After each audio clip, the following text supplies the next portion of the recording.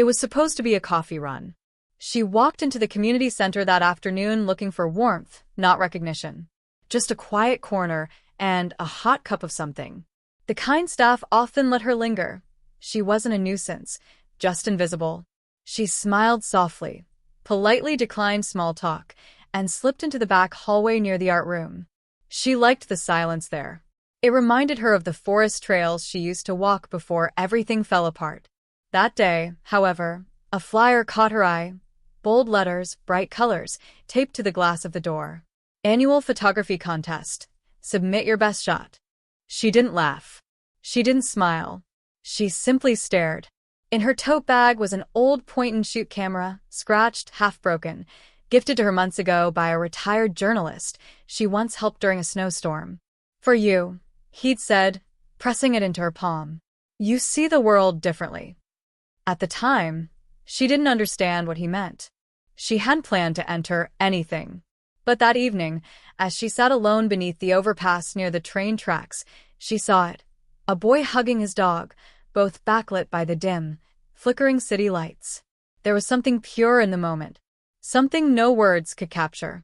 She raised her camera and clicked. One shot. She didn't know that the contest had a deadline that night, or that the submissions were being accepted digitally through a community assistance account. All she knew was that someone from the center told her, "If you have anything, I'll submit it for you." She handed over her memory card. Didn't even ask what they picked. 3 weeks later, her picture hung among the finalists, printed large, under spotlights, mounted inside a prestigious downtown gallery. It was titled Quiet Shelter. Nobody knew who she was. And those who attended the exhibition had no idea the image that had silenced the judges had been taken by a woman who spent her nights under a tarp, who showered once a week, who once sold wildflowers by the highway just to buy film for her broken camera. But the judges? They couldn't stop talking about it. It's not the technique, one whispered. It's the timing, the story behind it. It's haunting. It's not just haunting, another added. It's honest. Soon, word began to spread. Online forums lit up. Unknown photographer stuns panel with raw emotion. Dark Horse finalist leaves judges speechless. Who is the woman behind Quiet Shelter? Still, she stayed away.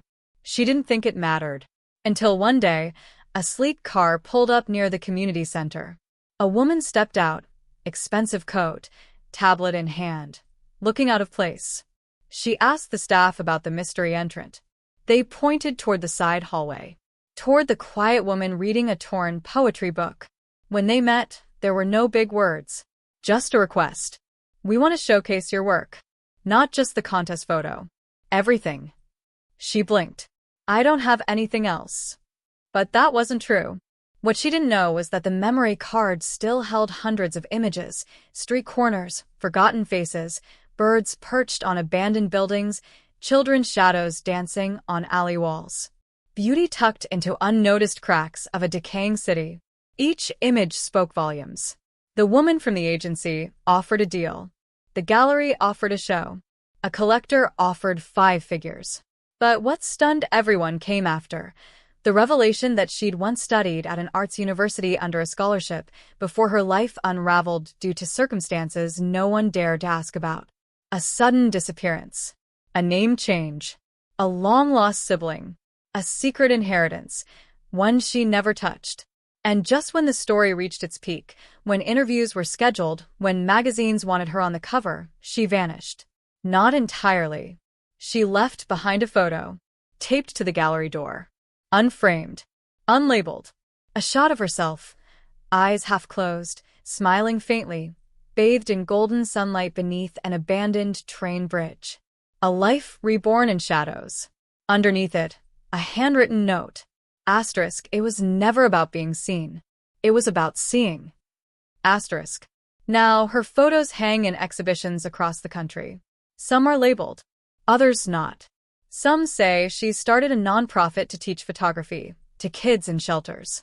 Others claim she moved to the mountains, lives off-grid, still capturing moments no one else notices. But one thing remains certain. A woman once dismissed as too simple mistaken for someone who stumbled in by accident, changed the entire art world with a single click. Because sometimes, the best stories aren't posed or polished. They're accidental masterpieces caught by the ones no one sees coming.